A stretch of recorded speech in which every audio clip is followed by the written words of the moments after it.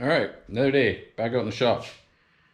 Uh, just looking at my truck here, and I'm seeing a leak right there, but it doesn't look like it's from the power or the Hydro Boost unit, so I'm not quite sure what that is. So I'll have to take a look at that.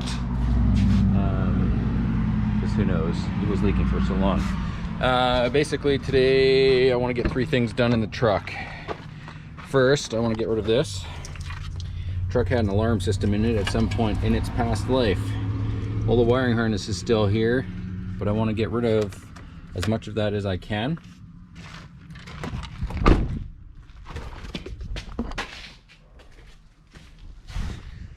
The other thing is on the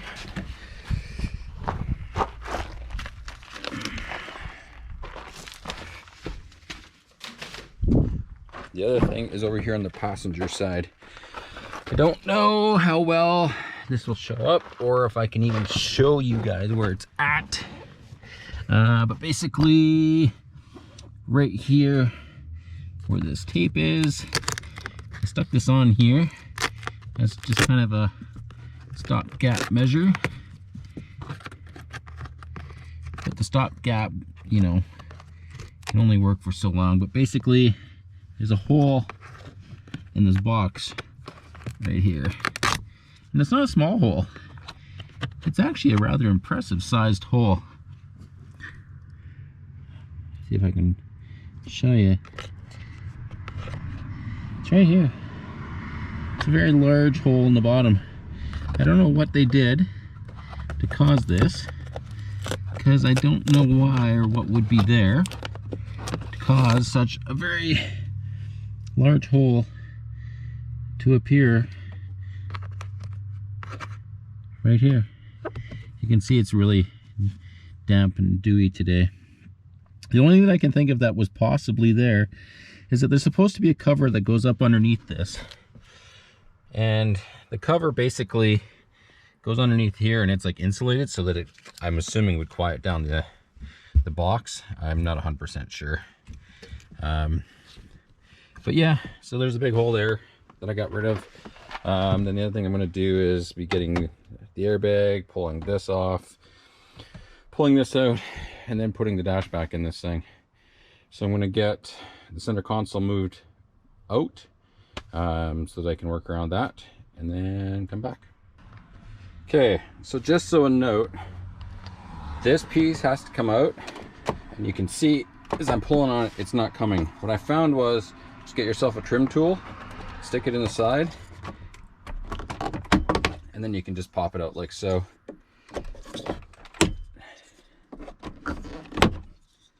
If yours is clean or like in better shape, you might be able to pull it out, but just a trim tool, a couple of pops, and out it came for me. Okay, so console has 4 legs on it, 2 on either side. One there, one there. And it's got 2 holes. It's got 2 bolts on the inside here, one here, one over here. Those are 10mm. Take those 2 bolts out, pop this out. Seat holds down the 2 legs. Once you have that out, the whole entire system comes out. No problems there. So one of the reasons why you want to pull the center console out on this for is because if you look right here, there's this lip. This lip actually sits behind the center console. So my plan is to pull out this entire piece and switch it out for a gray piece. But to do that, you got to pull the console so you can get at this, and then basically it's just a couple of bolts along the bottom and then just a hard pull. Okay, so taking it off is fairly straightforward. You'll end up with 2 5.5, I think. Yeah, so you get 2 5.5 bolts down at the bottom here, which holds the bottom of the thing on there. You'll have a 7mm here, a 7mm here, and then there's a 7mm somewhere over here. And then once you have that out, you can see here and here and here and here. You can see that there's these yellow tabs right here on both sides.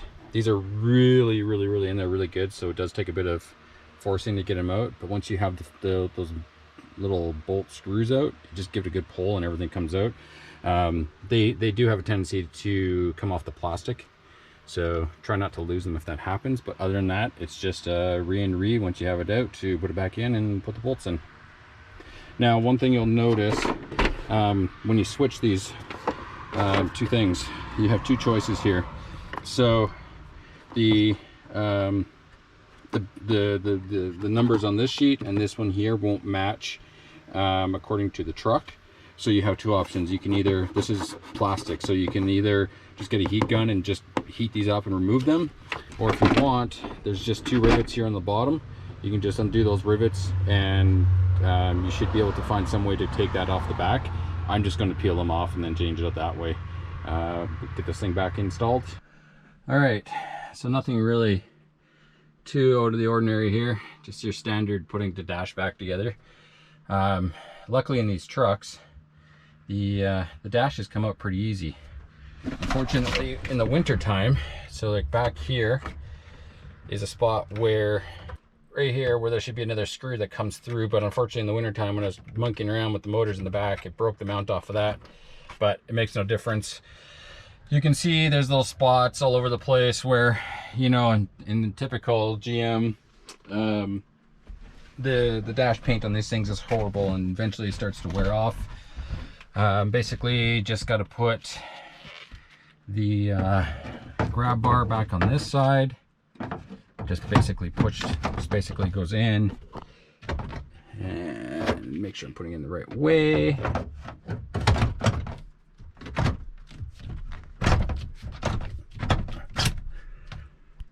This just basically goes and just pushes in. So it looks like my windshield's got a bit of a leak up in here somewhere. Don't know where. Just noticing because my truck is on a bit of a weird angle, but I noticed water was coming down here on the dash. So not sure what's going on there. So this side is all but done. Got to put the two vents in. That'll be done. I don't have the main surround for this side yet. I got to find one in the same color that works with the electronic dash. Once I find that, then I can put that back on. I'm going to put the center console back in. One of the things that I've been doing is I picked up this really thin foam, and basically what I'm doing is sort of anywhere like right here where there's going to be, you know, plastic and screws, I've basically been just sticking this stuff on there just to give it some anti-squeak properties. So hopefully that does something. So the dash is almost done, and then I'll be going over there and working on that wiring. So this is the hole here, which is rather large, and unfortunately when I want to put anything up in here to fix this hole, I won't be able to, because this piece, and a little bit in here stick up too high. I don't have much on the edge here, so I'm gonna have to cut this out too. So basically I got to smooth down all these little ribs so that I can put a piece up in here and hold it there. What I'm going to use is just a little piece of plastic, and I'm just gonna like JB weld it or whatever up in there and use a knife or whatever else I have to knock those ridges down. So I'll get those all knocked down, cleaned up. Okay, so originally I was just going to use like a little blade, didn't work. So I got out my good old trusty Dremel, which is the carbide bit on it. Use some marine weld, JB weld. Don't know how well it's going to work. And then basically just flattened it out, smoothed it out, glued it up in there. Unfortunately, I'm not going to be able to use my AC for a few days while this thing dries up good and tight. There is still water in there, so I'm hoping that doesn't do too much. Threw some some foil tape on there just to kind of hold it in place.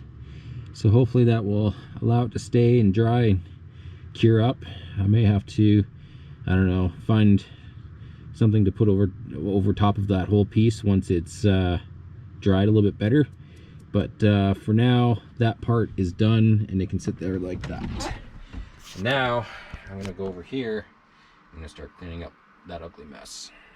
So I was hoping for a better turnout than this, but you can see that whoever decided to put this kit in, or this alarm or whatever was in this truck, you can see the yellow here, you can see the gross on the wiring in here. If you're going to put an alarm or you're going to hack into the stock wiring system of a vehicle, please just take the time and do it right. It takes 3 seconds to solder connections if you're going to do it and make it permanent. If you're not going to do it and it's not going to be permanent, then don't install it. I see this way too many times and it causes way too many problems. If you don't know what you're doing, don't do it, don't touch it. Give it to someone as a professional to take care of it. Okay, old harness is out. What a mess that was. Basically, they just peeled back any of these big wires and just stuck it through and twisted it around and then just taped it down. Hate when people do that. Also looking at this harness, I have some questionability whether it's the original steering column or not to this truck. You can see that there's wires up inside there that's got blue tape, which is obviously not going to be stock. You can see that there's this ground over here, which again is not stock. So in the future, I'm most likely going to be pulling the steering column out and all these plugs and putting a proper harness back in this because something is not right. The truck runs, everything runs fine. There's no issue with the truck. I just don't like when wiring harnesses are a mess for no reason other than someone just got lazy when they were doing some wiring. So I'm going to put, so now it's going to be putting the lower cover back on here. Once that's done, I'll put the side cover on and basically everything will be done. I've put this guy back in, the 2 vents are connected up, glove box is on. I'll be putting the center console back in, so I'll be doing that. And once I have all that done, I will bring you guys back to see the final result. All right, so I just took the truck to the car wash, and after I finished cleaning changing out the Hydro Boost unit, I figured I'd give it a bit of a bath under here. There's still a lot of grease and oil and stuff underneath here, but I mean, from what it looked like to now, it's 100 times better. Interior is getting there.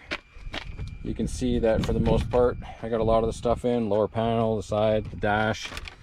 And over there is all nice and done. Unfortunately, center console is still the ugly, gross brown color, but I'll figure that out.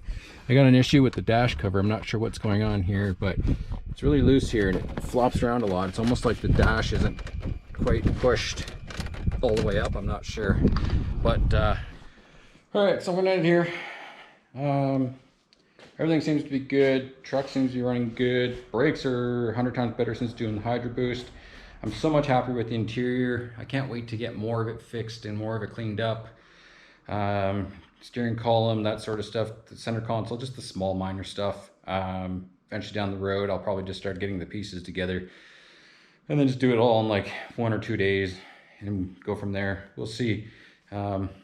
There's not many of these trucks lately in the junkyards, and the ones where you can find it are people who are usually hoarding them. So the prices are a little bit higher than they should be, but we'll make it work.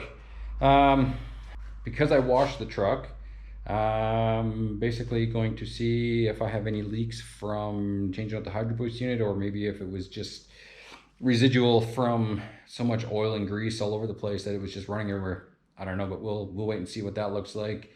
I still got a few more things to do. I got to wire in the brake controller, and I think that's it for the inside of the truck. Yeah, and replace the 7-pin connector on the back, and then that should be it for the wiring in the truck. So yeah, if you guys got any questions, feedback, thoughts, want to know something, just let me know. Until then, we'll see you in the next one.